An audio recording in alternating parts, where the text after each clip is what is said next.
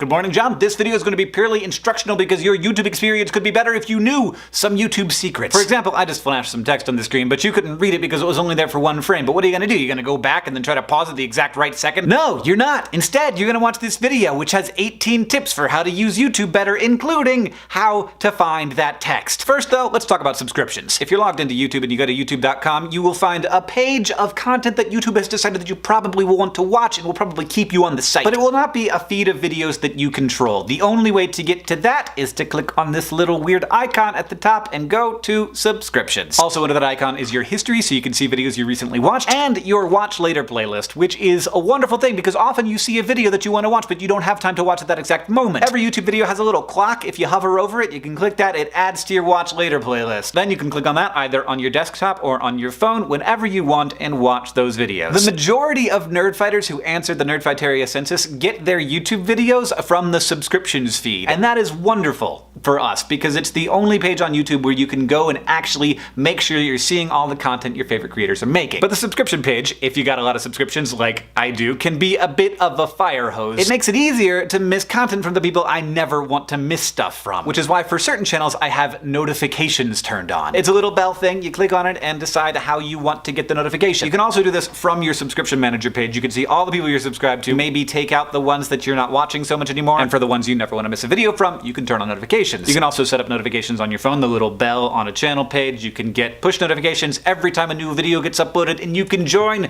that coveted group, the Notification Squad, if you've ever seen that comment. Your subscription feed is actually easier to find on mobile. It's one of the big buttons at the top. And now that some YouTubers, including us, have the ability to post community posts that aren't videos but will show up in your mobile subscription feed, you can decide whether or not you want to see those community posts. For now, I'd suggest turning that on, trying it out, because we're going to be messing around with it some in the coming weeks. Now, this is all fine and good when you're on your phone or on your computer, but what about if you want to be on the big screen? Well, if you have any kind of smart-enabled television that's sharing a Wi-Fi connection with your phone or your computer, a little icon will show up and you can click it and send your YouTube straight to your TV. And if you're on your phone while you're watching the video, you can queue up the next video and the next video, and then it's great! It's freaking, it works like a dream! YouTube has its problems. This is not one of them. I use it all the time. Now finally, back to desktop to talk about hotkeys. Now, because of a weird confluence of things, it's not really worth talking about. Sometimes if you press the space bar, it will pause the video. Sometimes it will jump down to the comment box, which will be extremely frustrating because then you have to scroll up and then press pause and you're like, why didn't the space bar just work? But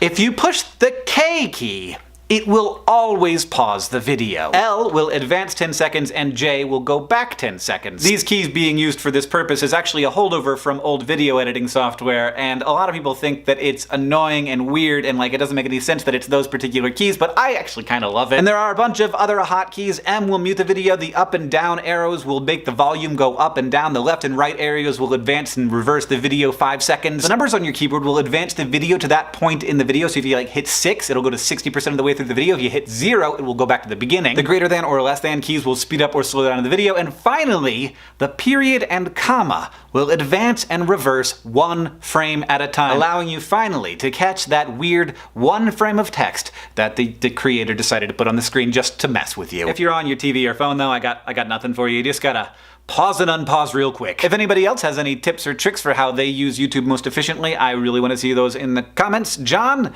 I'll see you on Tuesday.